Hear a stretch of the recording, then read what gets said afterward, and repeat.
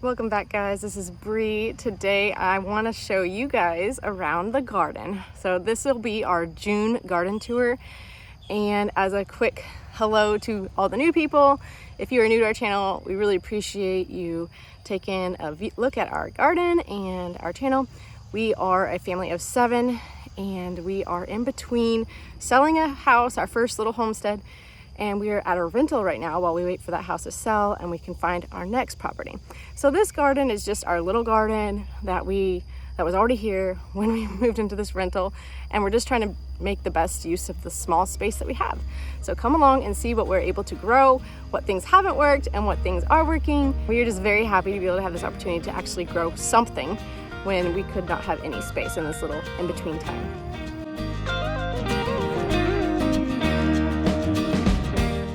So it is about like 8:20 in the morning and it is already super hot. I'm like drenched in sweat. So if you see that, that is why I am sticky. But I want to show you the garden before it gets to be 100 or plus. So here we go. On this first bed here, we have tomatoes. And so these are some tomatoes I pulled from the other house that volunteers. And they are just taking real slow to get started, but that's okay. They're like the cherry tomatoes and the spoon tomatoes. I'm not quite sure what that one is.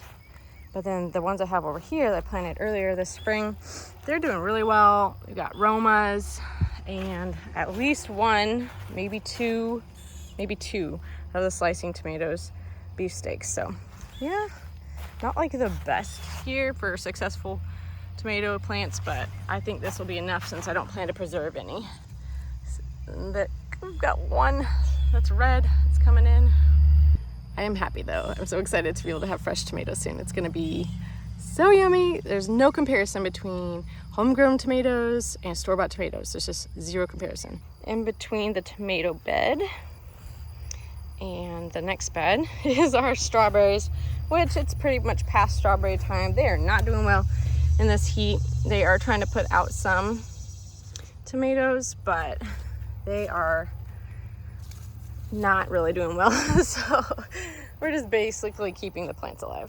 We have been in the like high 90s to hundreds for like better part of a week, and it has been hot, very hot. So everything's struggling. One thing I'm really amazed at is how well this blueberry bush has grown this year. It has just taken off, got lots of new growth. All this green stemmy stuff is new growth. It's just amazing how much it's decided to just take off. We have not got much blueberries from it because the birds keep taking them, but we have gotten a few, and the few we got are really good. But it's still putting out berries.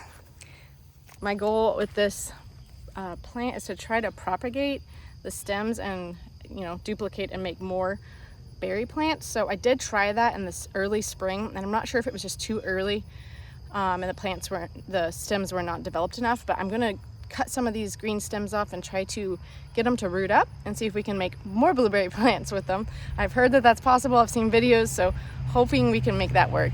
This next bed, we have some pots around it with some flowers and some basil, and the basil's doing really well. My dahlia plant I put in this pot, and I don't know, it's just, I mean, it's staying alive, but I think it might need some fertilizer or something. It's just, or it could just be that it's stunted, you know, in transplant shock or something, but I'm hoping that will take off before the end of summer.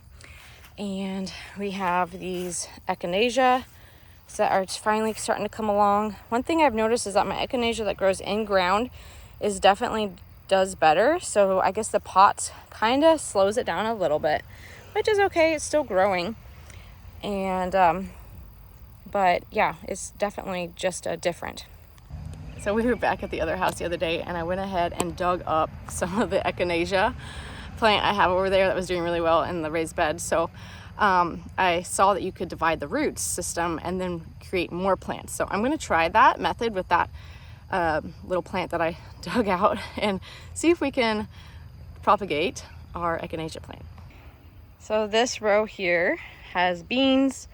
We showed this in the last video, and it was doing amazing. And it is still doing really well. The beans are not coming out as fast because of the heat.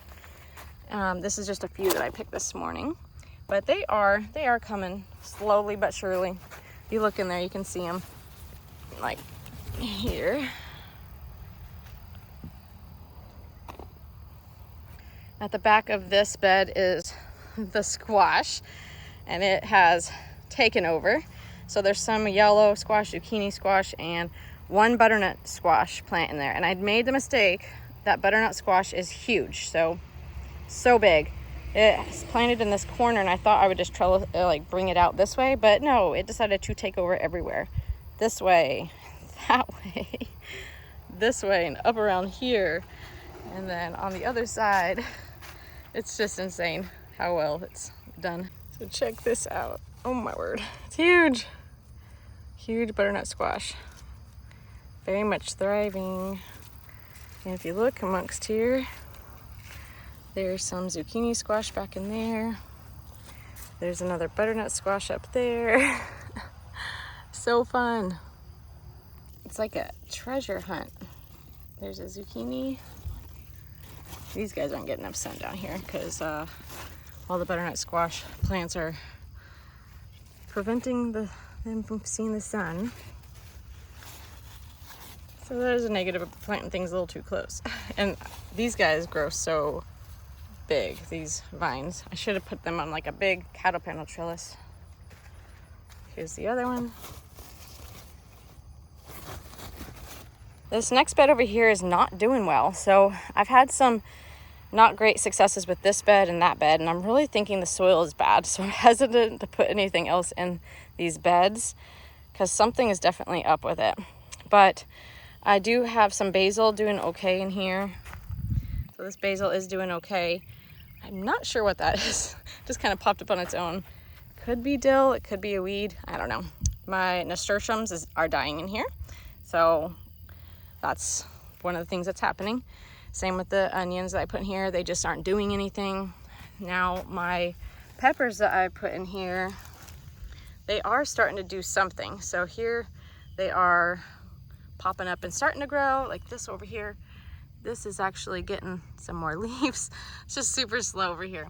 So I'm not sure if we'll be able to get them fully developed, but we'll see. And then I have an oregano plant back here. This oregano, it's doing okay. I bought that from the store. So in between the two beds that are not doing well, I have some pots here, which they need some water. They're looking sweet, pretty dry. So this is time.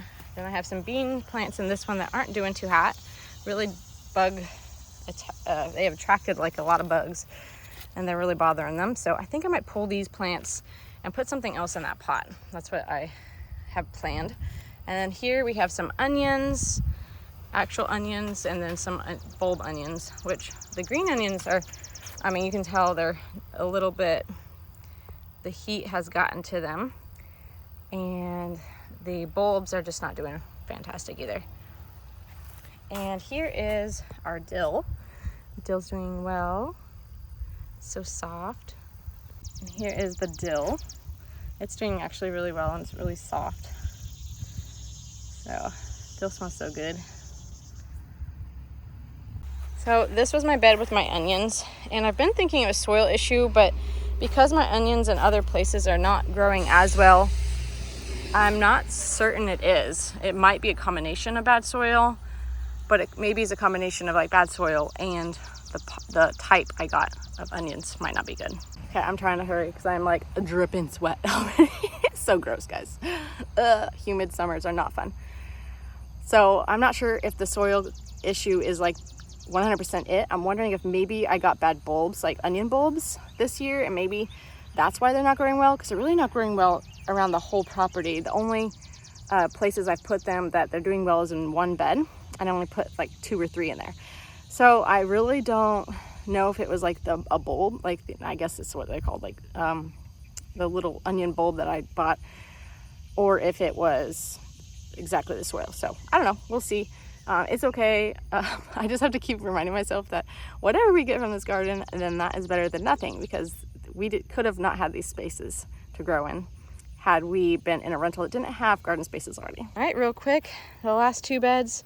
This one has the peppers that I bought from the store, which are really doing well.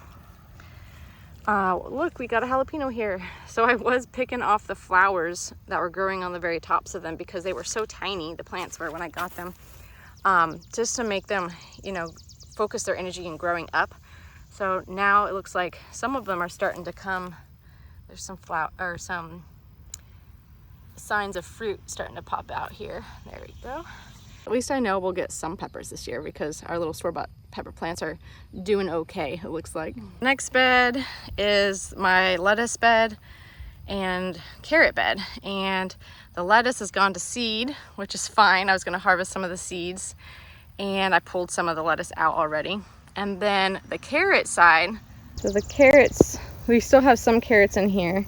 So we went ahead and harvested a bunch the other day, and I'll go ahead and put whatever little clips I got from that here. It was really fun. This variety of carrot is supposed to be smaller. It's supposed to be, I think it was like little fingers or something. I don't know. I'll have to look at my package and see. So they're not supposed to be huge. Look at this one. That is, I don't know, like a good 6 or 7 inches. Last bed is our potato bed, and we just harvested these the other day as well and did not get very much from them. The soil under here was just the native soil, and it is hard. So I think it was going to take a handful of seasons to get it good for potatoes. And the same with that. I took a little video clip, so I'll put those here too of what we did on that day when we harvested those potatoes.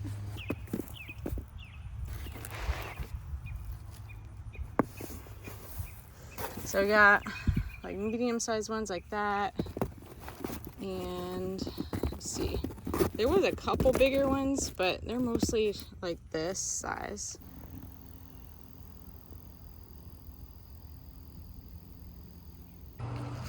Here we've got our flower patch area, and we have some zinnias growing really well. And my cosmos were blooming. They're back here. They were blooming, but now it seems like they are dying. So they probably need some water.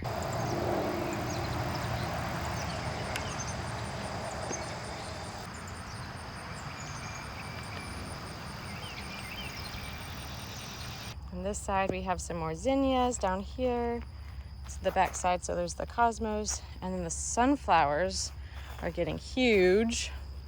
Some little sunflowers starting to bud up in there,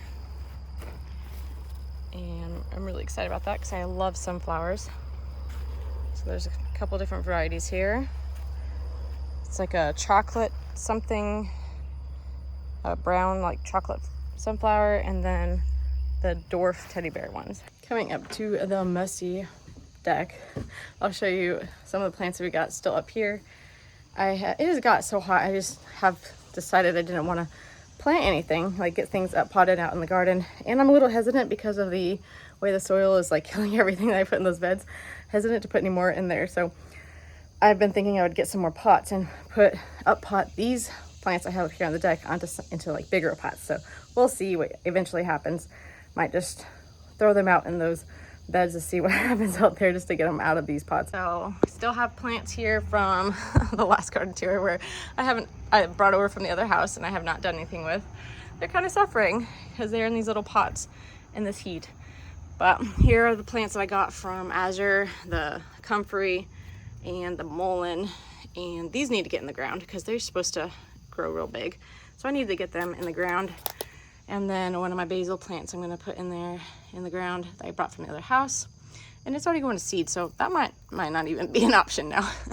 But here's the echinacea plant that I uprooted, just kind of yanked out of the ground. And it's in a 5-gallon bucket right now, waiting to be divided out, the root system be divided out, and see if we can propagate it. So it's pretty healthy down there. Been keeping it watered. I cut off all of the top. There was flowers all over it. So I cut off all the top to help it not have as much to have to keep alive when I was transporting it. And the green stalk is looking in kind of sad shape. There's a lot of stuff like this lettuce that needs to be pulled out still. And then there's some baby lettuces that are still hanging on, some carrots, some parsley that's doing pretty good at the top, some basil. And I've been harvesting the basil and parsley. And this is more oregano. I've been harvesting all of this stuff and drying it. Here's some green onions, same with that. And there's just here's some rosemary. So yeah, just the herbs I've been snipping off and harvesting and drying.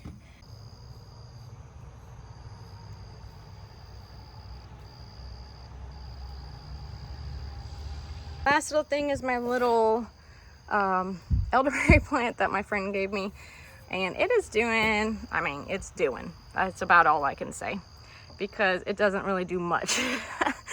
So I put it in this pot and I rooted it up first of all. I rooted it up, a little cutting from my friend. First gave this little guy some worm castings when I potted it up, and I thought that that would have been able to fertilize it. The leaves started getting speckles on them and turning colors, and I thought, what is wrong with this? So I started looking it up and I realized, no, I was supposed to give it the acidic berry fertilizer. So I switched it up and I gave it some of that berry fertilizer that I've been putting on my blueberries, and lo and behold, it's actually coming back to life. So I'm hoping that I changed it up in time and that it's actually gonna recover and take off. Okay, I'm back inside and I've cooled off. It is a hot one out there already today. I think it's supposed to be over 100, about 100, but with heat index, it's gonna be over that today. So not very pleasant, but thank you so much for joining us on this walk through the garden. There wasn't much change, but there was a little bit, and I hope it inspired you to do something with whatever small space you have and see how it works for you. We'll catch you on the next video.